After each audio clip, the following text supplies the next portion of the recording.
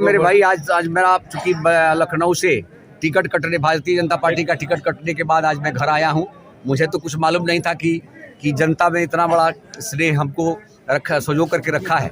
लेकिन आज मुझे यहाँ आने के बाद लग गया कि सुरेंद्र सिंह के का स्थान जो है गरीब अमीर सब लाचार लोगों के हृदय में हो चुका है। इसलिए दुनिया की कोई भी ताकत, जब कोई नेता किसी गरीब के दिल में बसता है तो कोई भी दल हम सुरेंद्र सिंह को अब नीचे करने की हैसियत में नहीं है।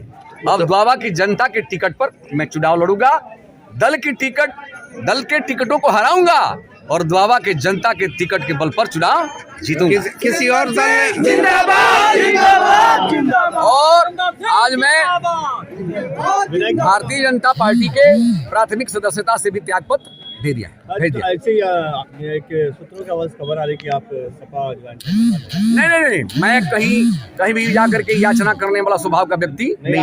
अगर हमको कोई भी दल यदि सम्मान पूर्वक कहेगा बुला करके कि आइए हमारे पार्टी से टिकट लेकर के लड़ जाइए तो मैं विचार करूंगा और लड़ सकता हूँ। लेकिन बता रहे हैं कि बहुत दिनों से अखिलेश जी लगे भी थे आपसे हर मौके। नहीं, ऐसा नहीं है। मैं कभी भी नहीं गया। और जब तक कोई भी पार्टी हमको बुला करके कहेगी, मैं बलिया का उस धरती का बेटा हूँ जिस धरती पर अंग्रेजों के शासन के नाक को हिला दिया था इस धरती ने। और मैं टिकट के लिए याचना करूंगा। मैं टिकट के लिए याचना करने वाला नहीं हूँ, किसी का पैर छूने वाला नहीं हूँ।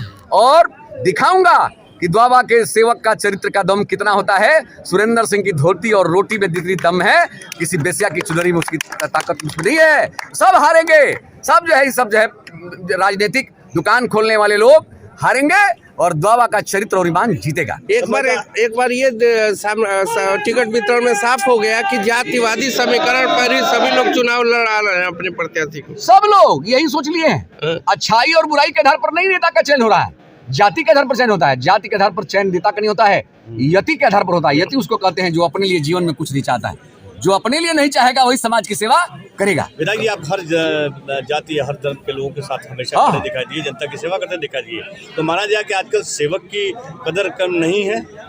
गजब, बिल्कुल नहीं है महाराज। मैं तो विश्वास कर चुका हूँ कि द्वाबा की धरती पर सेवक ही चुनाव जीतेगा, कोई जो है शोषक चुनाव जीतने वाला। कल एक सूत्र खबर से खबर आ रही थी कि आपको मऊ सदर से मुख्तार अंसारी के खिलाफ भाजपा चुनाव लड़ाने की तैयारी कर रही है। ऐसा है, वो क्या करेगी नहीं करेगी। मैं तो भाजपा से आज इस्तीफा दे दिया।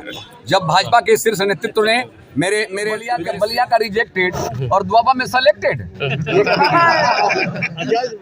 बलिया से रिजेक्टेड और द्वाबा में सेलेक्टेड, ये कभी संभव नहीं होगा। ये खपड़िया बाबा और स्वामी महाराज बाबा, सुदिष्ट बाबा की धरती है मेरे पूज्य लोगों। सुदिष्ट बाबा और खपड़िया बाबा की आरती दिखाने वाला सुरेंद्र ही यहाँ नेता रहेगा, दूसरे किसी की बस की बात। अब बलिया से दयाशंकर से इनका टिकट फाइनल हुआ है, क्या उनको आपका प्यार मिलेगा? जब बात करते हैं यार, प्यारा शब्द यार, और प्यार जो है युद्ध में चलता है।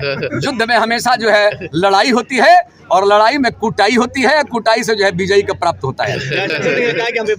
बचपन में गोद में खिलाया है, क्या कहते हैं नहीं कहते हो। देखिए, पारिवारिक संबंध अलग चीज है, लेकिन जहाँ युद्ध भूमि की बात होती है, युद्ध भूमि में कोई जो है ढिलाई नहीं, कोई जो है किसी प्रकार का सुस्ती नहीं, चुस्ती के साथ और तुरंत जो है विरोधियों को पस्त करूंगा।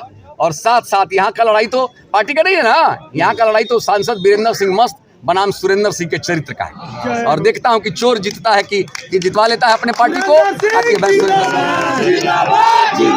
माना जाए कि भाजपा में कार्यकर्ताओं की कदर नहीं है, फिर ये मैं नहीं कह सकता हूँ। क्या है नहीं कहे, हम कुछ नहीं कहने वाले हैं। मैं ऊपर के किसी भी नेताओं के बारे में कुछ भी टिप्पणी नहीं करूंगा। मेरा केवल टिप्पणी है कि द्वाबा बलिया लोकसभा का, आप नोट कर लीजिएगा, बलिया लोकसभा का एक भी सीट यदि मेरे संस्कारों से और मेरे पौरुष और पुरुषार्थ से हमारी समाज की जनता यदि मुझको स्नेह देती होगी तो भारतीय जनता पार्टी का यहाँ 5 सीट जो है, बलिया लोकसभा का 5 सीट इसको हारना है, भाजपा को हारना है और उसको हराने में मेरी मदद होगी।